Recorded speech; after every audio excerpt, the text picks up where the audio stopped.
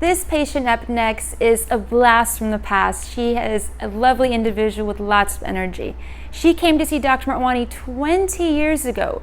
When LASIK is done right, it lasts a very long time. But of course, as we age, the vision starts to slow down. She came back to see us for an enhancement, and now her vision is back on point. Stay tuned. My name is Allison Cameron, and I'm from Brigham, New Mexico. I traveled 804 miles to see this surgeon because he's the best in the world.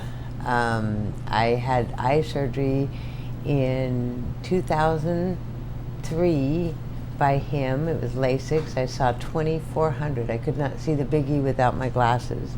And I also had double vision prior to that.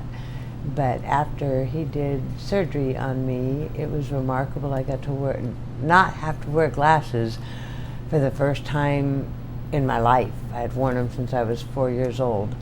And then things change. I got older and ended up having to have monovision done because my eyes, but they lasted 20 years.